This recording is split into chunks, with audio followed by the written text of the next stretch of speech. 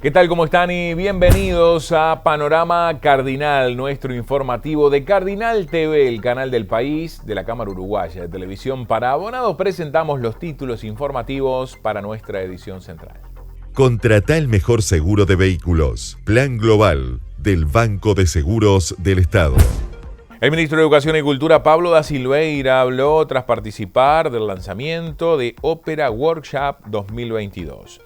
Presentación de la Ruta de la Guerra Grande en la aduana de Oribe, tendremos el informe. Entrevista al presidente de OCE, Raúl Montero, se presentó al libro Agua Potable.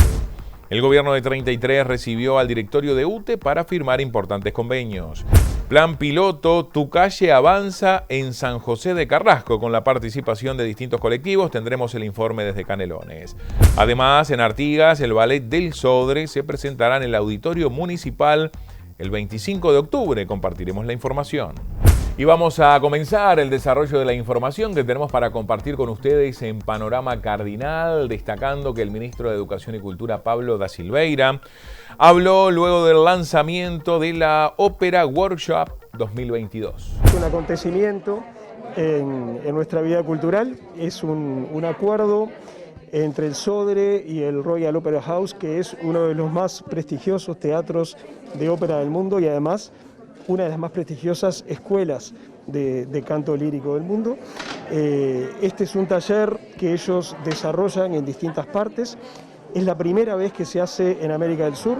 Eligieron hacerlo en Montevideo, entre otras cosas porque encontraron en el Sodre un socio que les brindaba las seguridades y las condiciones que necesitaban. Va a venir a Montevideo y se va a instalar un equipo de profesionales de primer nivel mundial que van a trabajar con un grupo seleccionado de cantantes que pueden ser uruguayos o que pueden postularse de otros países de la región y que van a ser seleccionados en función de algunas muestras que van a tener que mandar a Londres, y van a tener un seminario muy intenso, inmersivo, muy personalizado, en donde a cada uno se lo va a tratar de reforzar en aquellas necesidades específicas que tenga. Es tan profesional que vienen incluso expertos en pronunciación de las principales lenguas en las que hay escritos textos operíticos, expertos en pronunciación en italiano, en francés, en alemán, para generar mejoras también en ese terreno. Y bueno, iba a ser una hermosa oportunidad para que jóvenes que se están formando como cantantes entren en contacto con profesionales de primer nivel para que mejoren mucho y para que eso les abra enormes oportunidades. Además de eso, y como si fuera poco, vamos a tener un par de espectáculos, especialmente una gala de cierre, en donde vamos a poder escuchar ópera de excelente calidad, como un aporte de esta iniciativa que hoy estamos anunciando, que requirió mucho esfuerzo previo, mucho trabajo silencioso hasta llegar a este momento, y apoyos privados que ayudaron, porque una cosa que es importante decir es que los jóvenes que participen de este seminario van a ser becados, va a ser un seminario a tiempo completo en el que van a estar becados, y también hubo que conseguir recursos para eso, y para eso hay aportes privados que generosamente se pliegan a esta iniciativa. Ministro, usted dijo justamente que van a estar trabajando en dos líneas que está trabajando el Ministerio, que tiene que ver con internacionalización e innovación. ¿Qué implican estas líneas para el Ministerio? Bueno, efectivamente, todo lo que estamos haciendo se ubica en algunos ejes principales.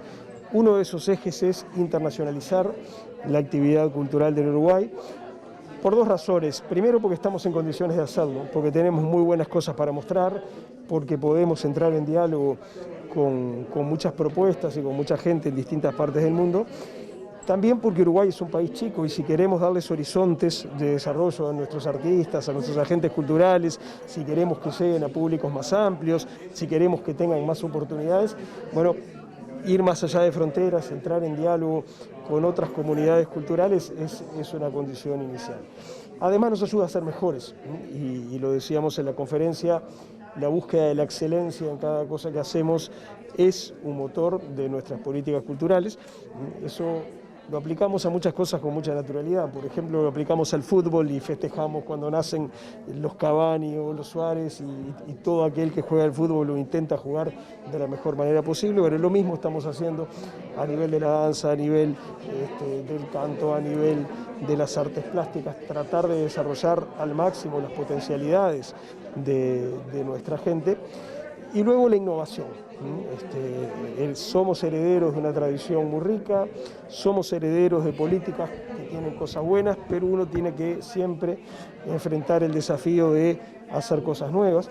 El ejemplo típico es esto que estamos haciendo con la Orquesta Juvenil del Sodre, de ejecutar los himnos en vivo, una orquesta completa en una tribuna, que no es algo que se vea habitualmente y que pone a estos chicos que se están con esfuerzo formando como músicos en las pantallas de televisión vistas por millones de personas en muchos países.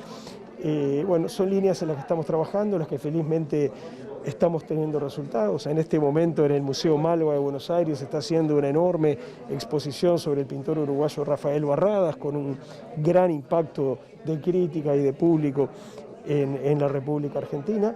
Estamos trabajando entusiasmados y contentos porque las cosas se van dando. Le cambio de tema a propósito de la LUC, la defensa que está encabezando el gobierno, donde seguridad y educación son los principales temas para argumentar, para defender la ley.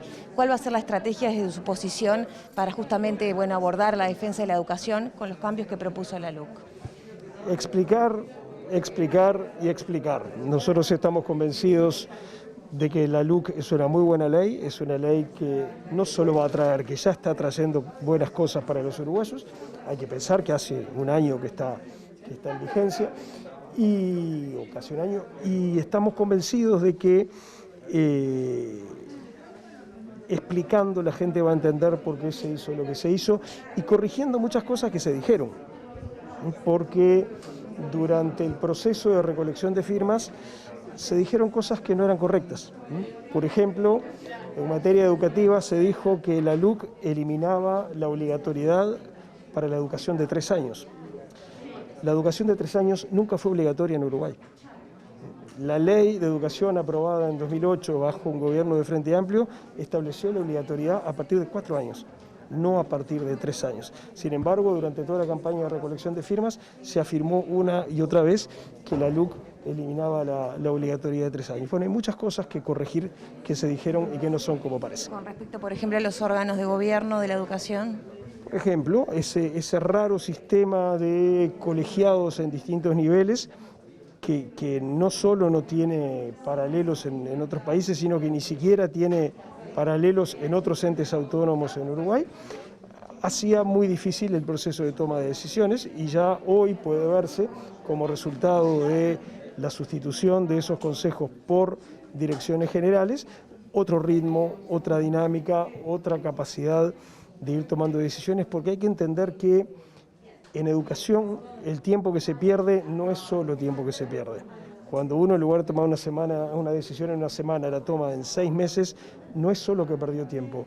Hay oportunidades de aprendizaje que se perdieron. Eso tiene un impacto sobre la vida de los alumnos. Y los alumnos crecen muy rápido y lo que no pasa cuando tiene que pasar, bueno, después es mucho más difícil que se consiga. ¿Toda esta discusión retrasa una posible ley de educación que también se venía impulsando? No, nadie está impulsando de momento una ley de educación. En algún momento, probablemente cuando sea el momento oportuno, habrá que abrir esa discusión, pero no está en este momento en la agenda de gobierno. Bien. Y ya para terminar, le pregunto sobre el Audelar, si bien tiene autonomía, hace poquito se conoció una sanción a un catedrático de matemáticas por acoso sexual. ¿Qué valoración hace de la situación y que finalmente termine de ese modo este proceso? No estoy en condiciones de hacer ninguna valoración, no conozco los detalles del caso, sé que Audelar lo ha manejado en el marco de sus órganos competentes y de sus reglamentos competentes, pero no tengo más información que el ciudadano común. El ministro lo saco de este tema y a propósito del Partido Comunista salió a hacer declaraciones a propósito de las declaraciones que hicieron y dijo que siempre los quieren dejar como antimilitares, que no es así. ¿Qué responde al respecto? La verdad es que no vi esa declaración y tengo por norma hace mucho tiempo no comentar cosas que no escuché o leí por mí mismo, porque muchas veces uno mete la pata cuando habla de oído. Bueno, más información en Panorama Cardinal. Bueno, se presentó la ruta de la Guerra Grande en la aduana de Oribe. Compartimos el informe. Gracias, señor ministro, por estar presente aquí en este día que nos conmueve por la fecha, porque son 170 años de la paz, de la Guerra Grande, y por el entusiasmo que tenemos por este proyecto de rutas culturales. Brevemente, quiero ser breve también por el clima. Rutas Culturales es un proyecto nuevo que se creó el año pasado en la Dirección Nacional de Cultura en la órbita del área de economía creativa. Es un proyecto que nos entusiasma porque tiene un potencial enorme. Hoy estamos haciendo el lanzamiento de una ruta histórica que de alguna manera se preestrenó el fin de semana pasado, el fin de semana del patrimonio, con mucho éxito parece, con beneplácito de los que pudieron participar de ese circuito histórico. Pero Rutas Culturales tiene además otro tipo de circuitos por todo el país. Algunos son basados en la música, la ruta del tango, la ruta del candombe, la ruta folclórica. Otros narran historias desde otras perspectivas que no siempre son históricas, pero también tenemos muchas rutas históricas por desarrollar, tenemos mucho interés de la gente. Nos entusiasma mucho también que las rutas no partan de las oficinas nuestras, que partan de la gente, de las diferentes localidades, que nos presenten sus ideas. Por ahí veía a Luisa Rodríguez de Santa Clara de Olimar, que tiene un departamento alrededor, 33, y que la gente de Santa Clara está trabajando una ruta muy interesante, histórica, que llega hasta el sur del Brasil. Ampliaremos. Nosotros vamos a apoyarlos en esa idea.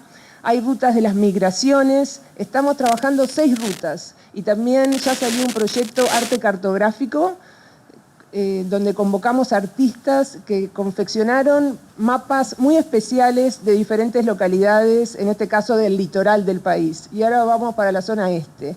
Quiero saludar especialmente a Liona Mattioli, que dirige el proyecto, el programa Rutas Culturales, y a Carla Redaeli, que dirige todo el área de economía creativa. Es un proyecto que, como les contaba, tiene muchas instancias de trabajo con las localidades, luego de confección de material también para que quede, como en el caso del arte cartográfico, un atlas de todos los mapas. En fin, diferentes publicaciones que vamos a compartir y vamos a disfrutar, estoy segura, a lo largo de los próximos años. Así que, una vez más, agradecerles la presencia y transmitirles el entusiasmo que nos da este lanzamiento de la ruta de la Guerra Grande, una ruta cultural, histórico-cultural, que va a comenzar como el fin de semana pasado. Este fin de semana va a haber circuitos con megáfono en mano. Vamos a llegar, estamos conectándonos con la tecnología y vamos a tener una aplicación, pero por ahora estamos aplicando el sentido común y el cariño hacia estos proyectos, y creo que es una muy linda forma de comenzar y de hacerlo de manera profunda y de manera tranquila, y encontrar paso a paso la manera de desarrollar estas ideas. Así que muchísimas gracias y nos vemos en estos días. Hay viento, hay sol, no podemos pedir más y estamos en la aduana de Oribe. Este es un momento muy importante para los investigadores en este país, y es un momento importante no solamente porque se cumplen los 170 años del fin de la Guerra Grande, sino porque además se cumplen 170 años del fin del sitio de Montevideo, del sitio grande, y el fin del gobierno del Cerrito. Pero además de eso se instala una ruta cultural única, hasta ahora primera en la historia, donde se pone de manifiesto y se pone en valor el patrimonio territorial. Un patrimonio olvidado, invisible muchas veces, cuando un relato además empieza a perder vigencia por el conocimiento popular de la gente. Esta ruta cultural permite que volvamos y que retomemos ese relato y que empecemos a comprender la ciudad en la que vivimos, el país en que vivimos, cómo se fue construyendo nuestro Estado, porque este gobierno del Cerrito, que dejó muchas manifestaciones arquitectónicas y urbanísticas y dejó mucho legado en esa construcción, también es importante tenerlo en cuenta y solamente lo podemos ver representado cuando podemos comprender el patrimonio, cuando podemos retomar el relato, cuando podemos ver las permanencias que nos recuerdan y nos significan. Si no, si ese patrimonio deja de significar y ese relato desaparece, el patrimonio deja de existir porque se tiene que construir todos los días.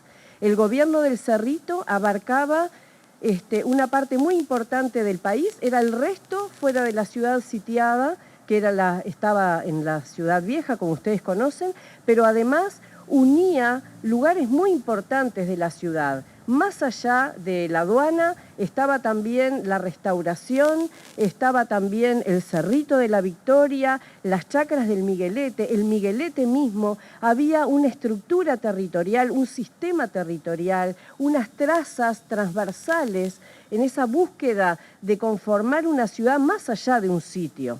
Había lugares donde se instalaba la educación, donde se instalaba la cultura, donde se vivían muchas experiencias que iban mucho más allá de un acto de sitiar. 8 años de gobierno, de 2 gobiernos en un territorio que sin duda construyen el Estado de hoy. Para nosotros es un momento muy importante y agradecemos muchísimo esta instancia de que esto aparezca y creemos que esto recién comienza porque la Guerra Grande y esta ruta cultural abarca todo el país, así que sin duda esto pienso y espero que se pueda extender al resto del territorio. Hay planos donde aparecen esquemas que tienen que ver con esto que les estoy diciendo y luego, gracias a este museo, vamos a tener un espacio donde toda esta investigación que recién comienza, a pesar de que ya tiene más de 2 años, va a estar expuesta en la parte de atrás donde estaba el viejo molino de seco. Así que muchísimas gracias. La Guerra Grande hace 170 años, ¿no? El muelle estaba acá enfrente, no estaba como está hoy, después dando vuelta a la bahía. Y bueno, ¿qué fue la Guerra Grande? No voy a hacer una clase de historia, pero sí les voy a contar que fue un conflicto nacional, local, ¿no? Que involucró a los partidos tradicionales, a los bandos que eran en ese momento, blancos y colorados, que habían surgido en septiembre de 1836 y que con sus líderes, Manuel Oribe y Fructuoso Rivera, fundadores de esos partidos tradicionales, va obviamente a luego transformarse en un conflicto regional. Rosas por el lado de los federales, los unitarios con sus exiliados en la ciudad sitiada, y por supuesto también qué hacían acá Inglaterra, qué hacía Francia. Había intereses comerciales importantes con respecto al tema del comercio, de la libre navegación de los ríos, eso de que hablaba tanto Pibel Devoto, ¿no? Y por supuesto luego al final de la guerra el Imperio del Brasil, también Entre Ríos con Rosas, con Urquiza enfrentado con Rosas, los gobernadores en aquel federalismo. Bueno, eso es un poco el panorama y que nosotros a través de relatos, a través de personajes, ¿no? También, y no solo lugares, porque las rutas a veces parece que son solo lugares, solo el patrimonio material, también es lo inmaterial y eso es lo importante, ¿no? Para terminar voy a tomar un poco las palabras de la Directora Nacional de Cultura para decir que lo hacemos entre todos y por eso voy a saludar acá la presencia también obviamente de los dueños de casa, pero también de 2 instituciones que tienen que ver con 2 de los nodos o de los sectores, ¿no? Todos por el buceo, representado por allí por el señor Zarza, ¿no? Que es una institución que se encarga de la historia de este barrio, y por el lado de Instituto de Estudios Históricos de la Unión, el señor González, a los cuales, por supuesto, saludamos, porque esta ruta, como dice la directora, la hacemos entre todos, como todo el programa que estamos desarrollando y que, por supuesto, con mucho gusto participando de él. Así que los invitamos mañana a las 10 a disfrutar desde la Plaza de la Restauración de la Unión de esta ruta de la Guerra Grande. Muchas gracias. Efectivamente, hoy es un día importante, primero porque es un día de realización. Cuando uno accede a responsabilidades de gobierno, importan las intenciones, importan las ideas, importan los proyectos, pero al final del día lo que importa es hacer, concretar cosas. Y esto que estamos haciendo hoy, miren, esto que estamos haciendo hoy se remonta a noviembre o diciembre del año 2018, La historia es muy loca, porque yo no sé si ustedes sabían que Mariana vivía en la India. Y yo le dije a Mariana, quiero que estés al frente de la Dirección Nacional de Cultura cuando asumamos, realmente pensando que me iba a mandar a pasear. Y la respuesta de Mariana fue, ¿cuándo tengo que estar? Y a partir de ahí empezamos a soñar. Y una de las primeras temáticas que nos hizo soñar y escribir cosas en un papel era la idea de esto, de las rutas histórico-culturales.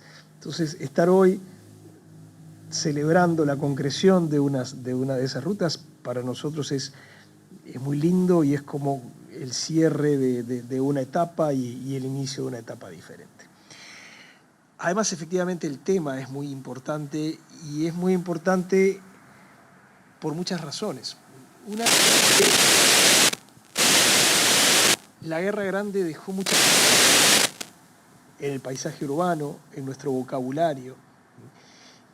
Y corremos el riesgo de olvidarnos de eso y corremos el riesgo de lo que significa eso, porque las palabras tienen eso que a veces nos anestesian y podemos haber hablado toda la vida de la aduana de Oribe sin preguntarnos ¿y por qué había una aduana? ¿Qué tenía que ser una aduana ahí en el buceo? O, bueno, una cosa que yo lamento mucho es que a la calle Comercio se le haya sacado el nombre de calle Comercio porque era el nombre que se le había puesto durante la Guerra Grande. Era el camino del comercio por el cual bajaban y subían las carretas entre lo que hoy es el barrio de La Unión y el puerto en el que acá funcionaba. Y hay un montón de marcas y de cosas que están presentes en nuestro lenguaje, en lugares geográficos, que tienen que ver con esa guerra. Como hay otras marcas que tienen que ver con otras cosas y es malo olvidarse de eso. No es una tragedia, podemos olvidarnos de eso y vivir sin eso, no es indispensable para vivir. Pero la vida se vuelve menos rica, menos cargada de temas interesantes y nosotros nos volvemos menos capaces de saber quiénes somos. Porque lo que nosotros somos hoy tiene, por supuesto, un componente grande de construcción personal, individual, tiene un componente grande que tiene que ver con el entorno chico en el que nos tocó nacer, pero tiene que ver con la historia de toda una sociedad a la que pertenecemos. Y olvidar eso y perder la capacidad de dialogar con eso nos empobrece y nos quita capacidad de saber quiénes somos. Esto se aplica especialmente, se aplica a todo, pero se aplica de una manera muy especial a la Guerra Grande, porque es al mismo tiempo un fenómeno que marcó para siempre al Uruguay, que está detrás como explicación de cosas que pasan hasta hoy, pero al mismo tiempo es un fenómeno que se nos volvió difícil de entender. ¿Por qué? Porque funcionó en base a parámetros que no son los de hoy. Y, por ejemplo, si uno la uruguayiza y si uno la ve exclusivamente como un conflicto uruguayo, hay cosas que no se entienden. ¿Por qué Oribe, después de haber caído como presidente, Oribe era el segundo presidente constitucional del Uruguay, como resultado de un alzamiento militar liderado por Fructuoso Rivera, cae como presidente? ¿Por qué se va a Argentina? ¿Por qué se alía con Rosas? ¿Por qué los que eran perseguidos por Rosas en Buenos Aires se venían a Montevideo? Bueno, uno no puede entender esas cosas si no se remonta a un conflicto que empieza con la propia independencia. Cuando dentro del bando de quienes querían independizarse de España, se generan dos subbandos. Aquellos que querían de algún modo mantener el esquema del viejo virreinato del Río de la Plata, con Buenos Aires jugando un papel central y un sistema muy centralizado de gobierno, y aquellos que, imitando a lo que estaba pasando en Estados Unidos, querían una confederación de provincias aliadas, funcionando en régimen de igualdad entre ellas y con un gobierno central mucho menos poderoso. Al primer grupo en Argentina se les llama unitarios y en Uruguay colorados. Al segundo grupo en Argentina se les llama federales y en Uruguay blancos. Y la relación entre ellos era extremadamente fluida, porque venían de una experiencia histórica común que era el virreinato. Y si uno no entiende eso, no entiende un montón de cosas. No puede. ¿Por qué terminó? ¿Por qué lo que define la Guerra Grande es un conflicto entre dos gobernadores argentinos. Urquiza, que había sido hasta ese momento aliado de Rosas, se vuelve contra Rosas. Lo derrota militarmente y después manda tropas aquí, a lo que es Uruguay, a combatir a Oribe. Si uno tiene una mirada muy uruguayista del conflicto, no consigue entender por qué las cosas pasaron como pasaron. ¿Y qué hacían ahí Inglaterra y Francia, que efectivamente estaban presentes, bloqueando el puerto de Buenos Aires y abasteciéndose en el puerto de Montevideo? Bueno, también es un tema que hay que entender en función de la época y que hay que saber interpretar.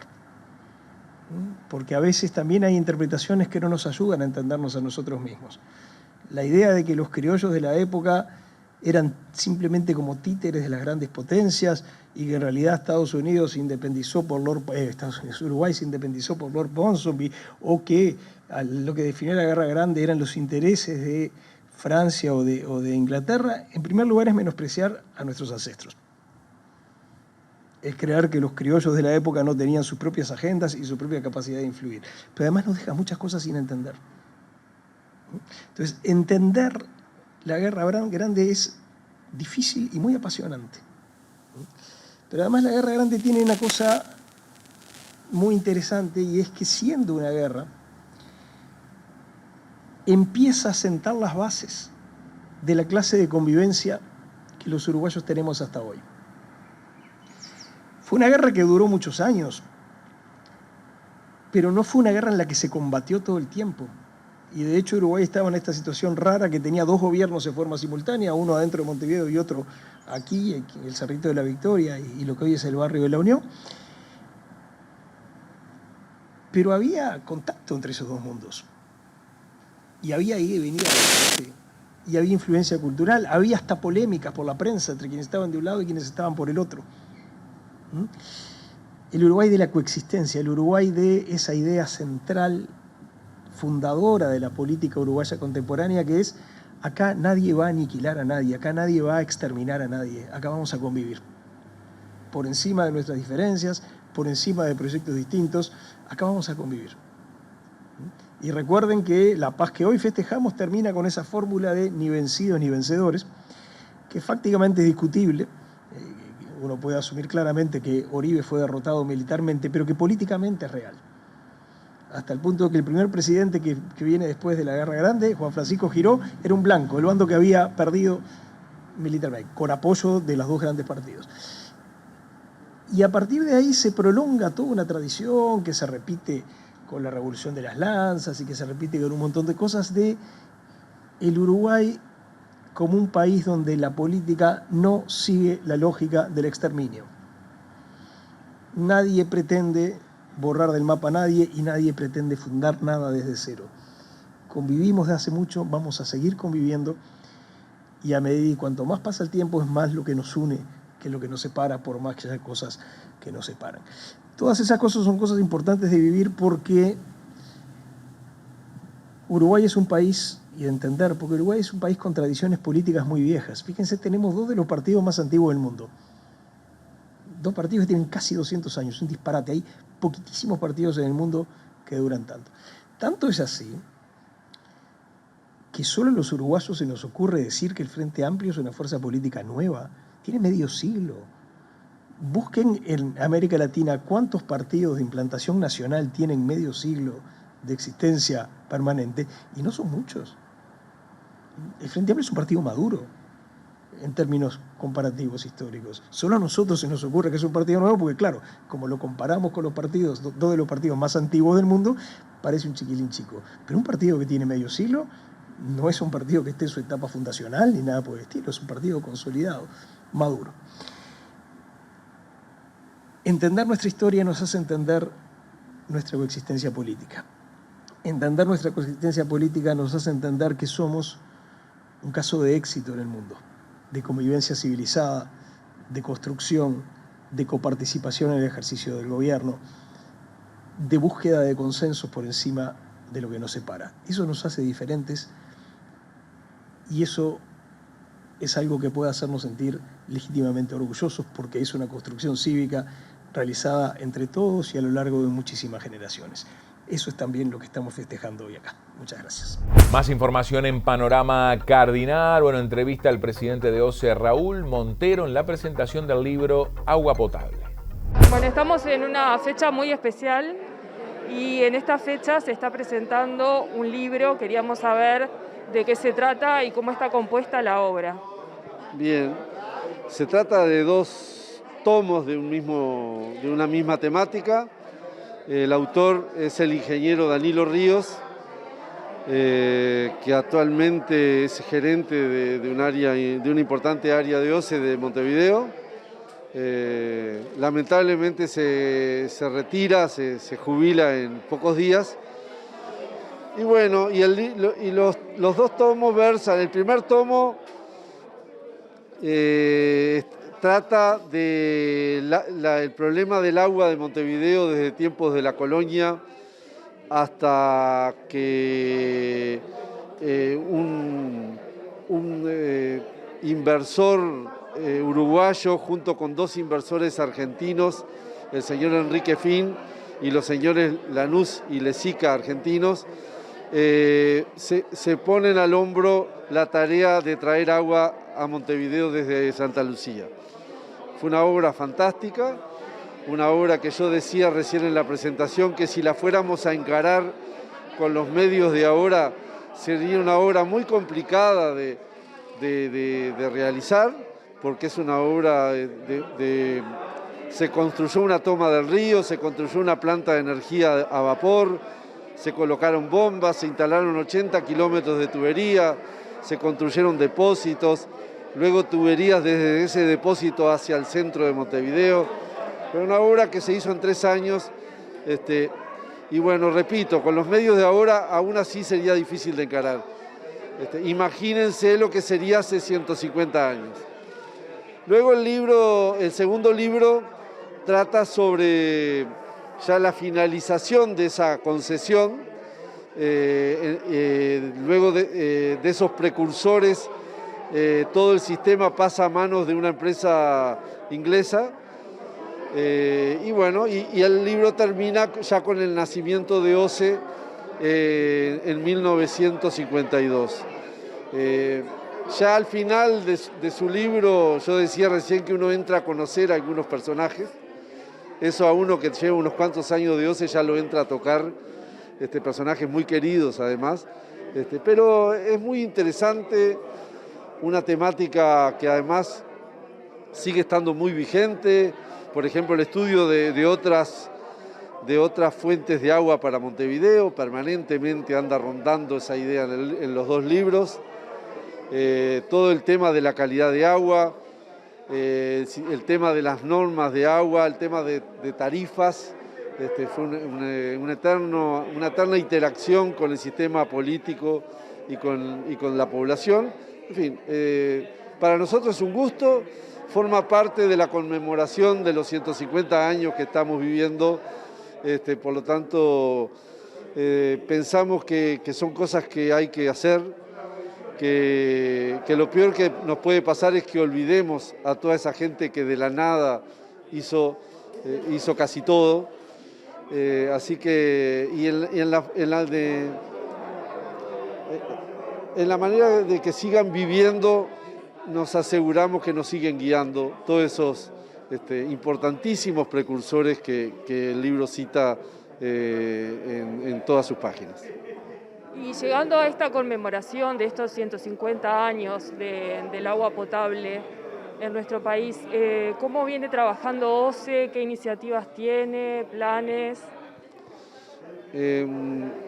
Justamente este año nos encuentra con una idea que seríamos un poco soberbios si dijéramos que se compara con la que estamos conmemorando, pero en cierta forma es como otro empuje que queremos darle a la OCE. O sea, nosotros estamos considerando la posibilidad, y estamos muy avanzados, de hacer una toma diferente a la que tenemos y en una fuente diferente. Estamos apuntando al Río de la Plata con otra usina.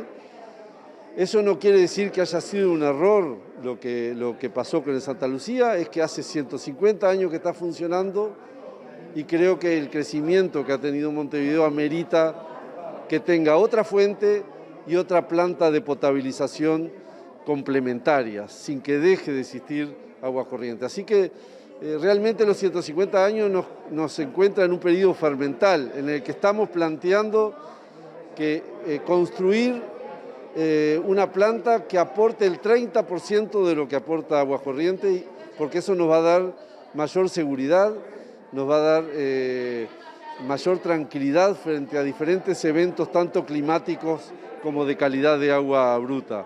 Así que yo creo es muy interesante destacar que estamos encarando la posibilidad de un desafío que no diría similar, porque yo ya destaqué lo formidable que fue la obra fundacional, pero sí que por lo menos parece digna de esos precursores. Bueno, avanzamos con más información en Panorama Cardinal, proponemos una pausa, luego de la misma continuamos la recorrida informativa por distintos puntos del país. Estar tan cerca, pero no poder pasar tiempo juntos, no está siendo nada fácil. Si te soy sincera, no lo estoy llevando muy bien. A veces me siento sola, vacía, los extraño un montón. Extraño los abrazos al vernos, esos almuerzos eternos y las historias del abuelo. Extraño jugar con Juani y las tardes de pelis en el cable. Pero ahora, que parece faltar menos, no quiero seguir extrañándolos. Hoy me tocó vacunarme y si nos seguimos cuidando, siento que en poco tiempo los voy a volver a ver. Vacunarte y seguir cuidándote es muy importante para salir de la pandemia lo antes posible. Hacelo por vos, por los tuyos y por todos.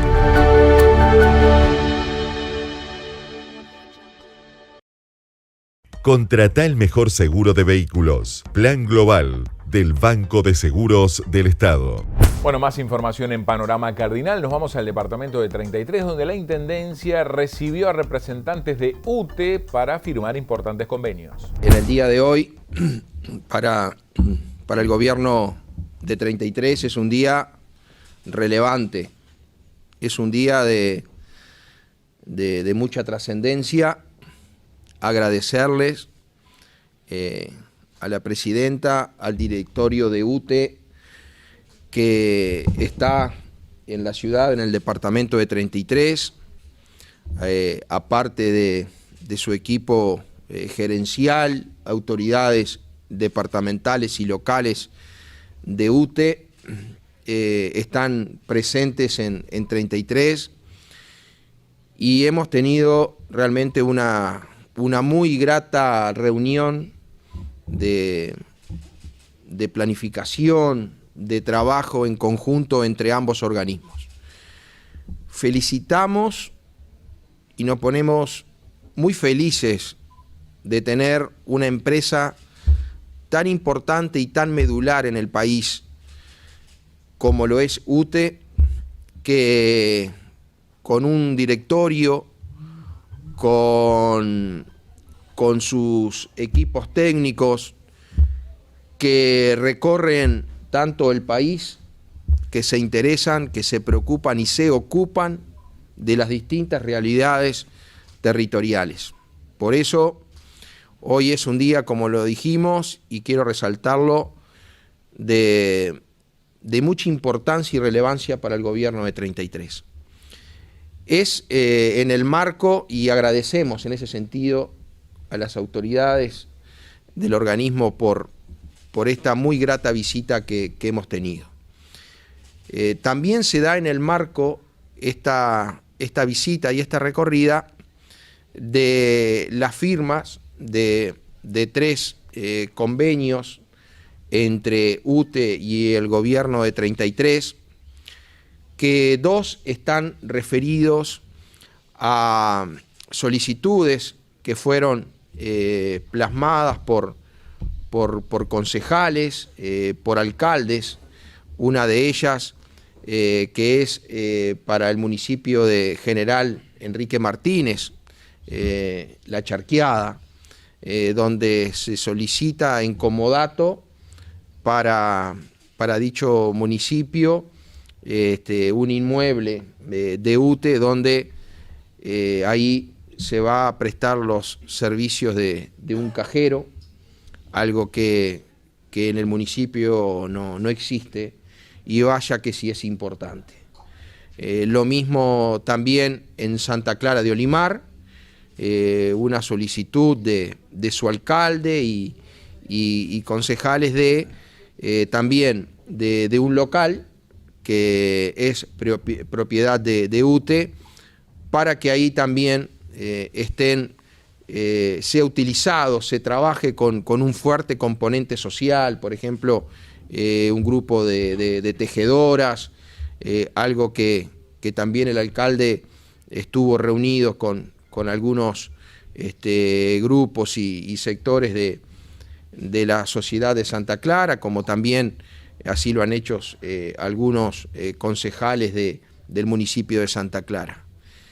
En esos dos casos estamos hablando de temas que son muy importantes para la sociedad, de que quizás si se piensa en que son municipios del interior del departamento, que vaya si es importante contar con el apoyo del gobierno nacional, en este caso de UTE, y es así que queremos saludar y agradecer nuevamente la empatía, el compromiso, el empuje, las ganas y el sentimiento que le está poniendo esta querida empresa pública a lo que es el quehacer nacional, y muy especialmente en el departamento de 33, y muy especialmente a nuestro interior e interior profundo. Así que agradecidos. Y también el tercer convenio que se va a firmar, que es el de la movilidad eléctrica, que es algo que es una de las líneas de acción de UTE, que queremos que obviamente que sean ellos quienes la expliquen, pero ha sido realmente dentro de las grandes líneas de acción que se están delineando para este periodo, que son todas realmente fantásticas, porque el otro día pudimos tomar conocimiento de cada una de ellas en el Congreso de Intendentes, y realmente una planificación fantástica. Y bueno, lo que es a la movilidad eléctrica, en el cual incluso de UTE y por parte de nuestro secretario general, Horacio Bordón, se ha estado planificando para qué, y bueno, para que nuestro departamento, en una distancia no mayor a 50 kilómetros, exista la posibilidad de que cualquier turista, cualquier uruguayo que tenga un vehículo eléctrico lo pueda recargar, cargar en esos distintos puestos. Cada 50 kilómetros el departamento de 33 va a estar cubierto de movilidad eléctrica. Este es el mundo que se viene, es el país que se viene y el 33 que se viene. 33 tiene que estar adentro de esa movilidad eléctrica, y tiene que estar en los que son los nuevos pasos que la tecnología, que el avance del mundo nos está invitando a dar. Y bueno, con beneplácito, con orgullo y con mucho optimismo, hoy estaremos firmando este convenio, en el cual también le vamos a ceder la palabra a las autoridades del organismo para que lo expliquen, pero del gobierno departamental también queremos agradecer, porque es algo que a nosotros nos va también la vida en el desarrollo del departamento. Un departamento se tiene que desarrollar sustentablemente, tiene que estar en el avance de lo que son las nuevas tecnologías y las nuevas modalidades, hasta de transporte. Vaya si algo fundamental el transporte. El transporte mueve el mundo, es de los principales componentes logísticos mundiales, y que esa matriz que hoy está moviendo al mundo, quizás por hidrocarburos, dentro de unos años quizás ya empiece ese descenso de los hidrocarburos para comenzar con un impulso eléctrico, con una generación eléctrica de los vehículos. Y bueno, hay que ir adelantándose hacia donde camina el mundo. UTE está haciendo que Uruguay se esté encaminando y obviamente el departamento de 33 también. Así que en nombre del gobierno de 33, de los municipios de nuestro departamento y de la sociedad toda de 33, agradecidos a UTE por el compromiso, por la empatía, por el trabajo y por ese sentimiento de que Uruguay es uno solo, y que algo que está evidenciando UTE es que lo que tiene en Montevideo es su casa central, pero que UTE es de todos y muy especialmente del interior del departamento, y eso se ve en el accionar que están teniendo ya en este año y poco que va de gestión. En nombre del pueblo y la sociedad de 33, muchas gracias. Venimos de una reunión muy fructífera que tuvimos con usted y con el resto de su equipo, donde pudimos en forma directa y más cercana poder conocer los grandes planes y lineamientos y sueños de futuro que usted tiene para el departamento, y por eso lo felicitamos, porque lo vemos con mucho beneplácito.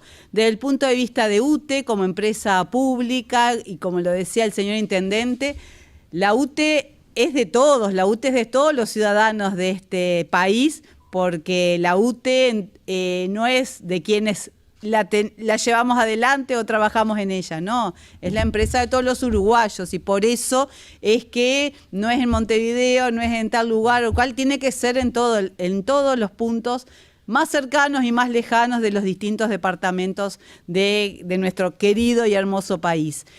Como bien lo decía el intendente, hemos intercambiado sobre los planes de electrificación rural que venimos desarrollando, porque un objetivo que nos ha marcado el presidente de la República es que al fin de esta administración todos los vecinos y todos los emprendimientos del país tengan acceso a la energía eléctrica. Son unas 2.500 familias que a nivel nacional restan que todavía puedan tener.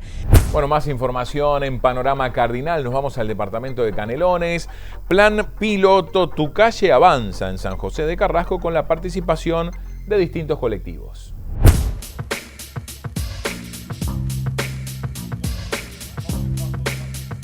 Esta es la tercera instancia participativa que se realiza en el marco del piloto Tu Calle, que es un piloto de movilidad urbana sostenible.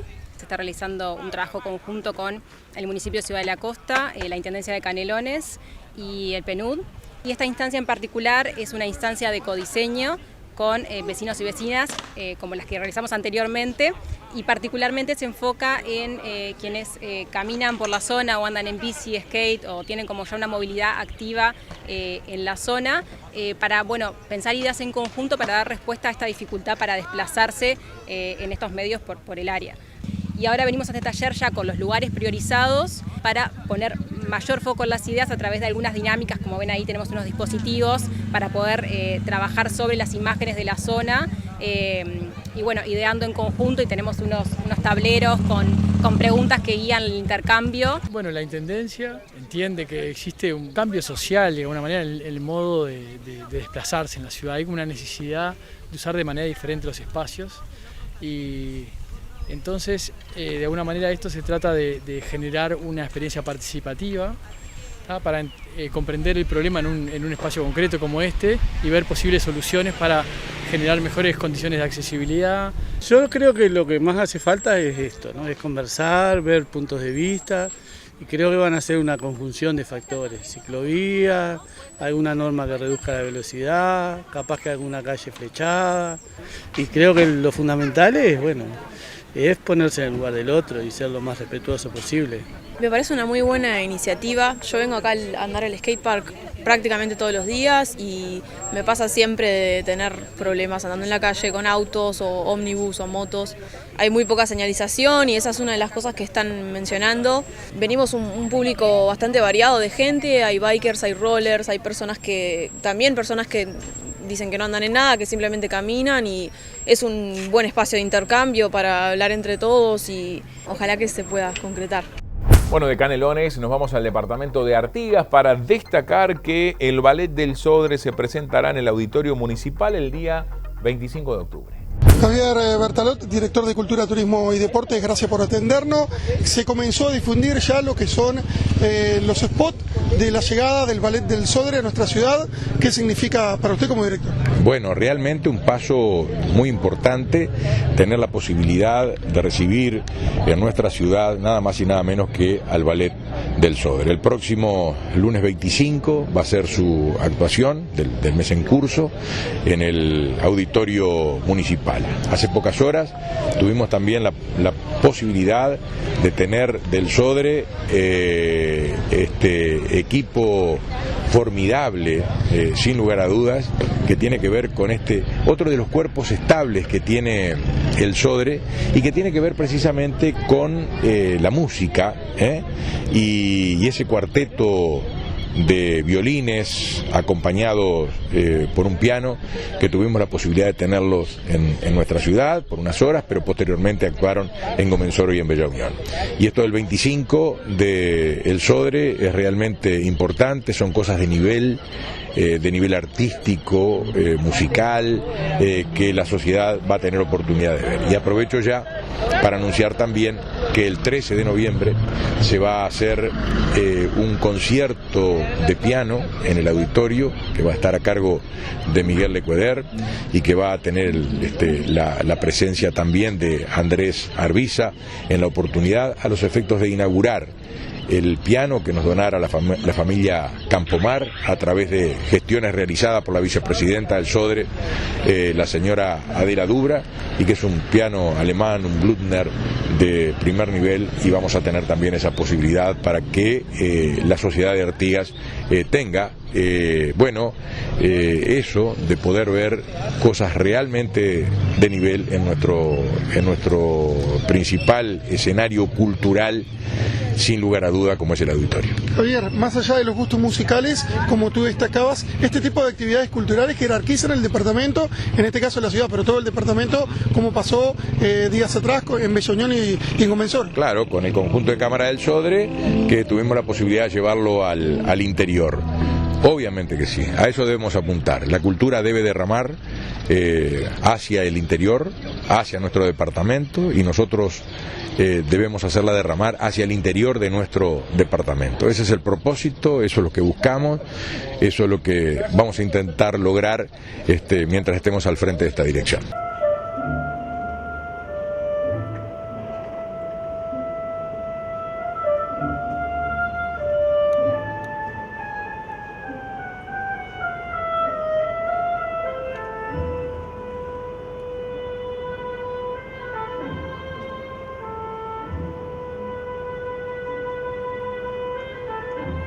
Bueno, más información en Panorama Cardinal. Proponemos una pausa, luego de la misma continuamos la recorrida informativa por todo el país. Estar tan cerca, pero no poder pasar tiempo juntos, no está siendo nada fácil. Si te soy sincera, no lo estoy llevando muy bien. A veces me siento sola, vacía, los extraño un montón. Extraño los abrazos al vernos, esos almuerzos eternos y las historias del abuelo. Extraño jugar con Juani y las tardes de pelis en el cable. Pero ahora, que parece faltar menos, no quiero seguir extrañándolos. Hoy me tocó vacunarme y si nos seguimos cuidando, siento que en poco tiempo los voy a volver a ver. Vacunarte y seguir cuidándote es muy importante para salir de la pandemia lo antes posible. Hacelo por vos, por los tuyos y por todos.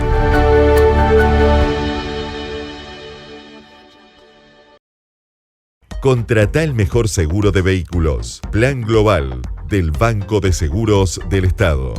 Bueno, avanzamos con más información en Panorama Cardinal. Nos vamos al departamento de Rivera, donde la Intendencia capacita en el uso correcto y seguro de motosierras.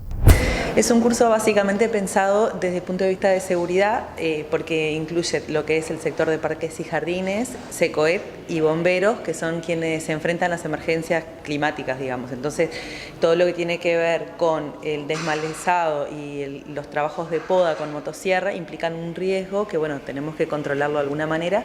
Entonces, como ese curso es bastante más amplio de lo que nosotros le venimos dando, bueno, lo podemos hacer solamente con una persona especializada en el área. Entonces, bueno, el ingeniero es el que está dando este curso, básicamente, insisto, desde el punto de vista de seguridad. Operativamente también, en cuanto a lo que es el trabajo de las máquinas, porque son máquinas peligrosas, pero está pensado también desde el punto de vista de seguridad para prevención, pensando en que estas tareas son en muchos casos programadas, pero en muchos casos son emergencias, entonces no nos da como para programarlo. Entonces tienen que estar bien capacitados en cuanto a los riesgos que tienen para poderlos controlar.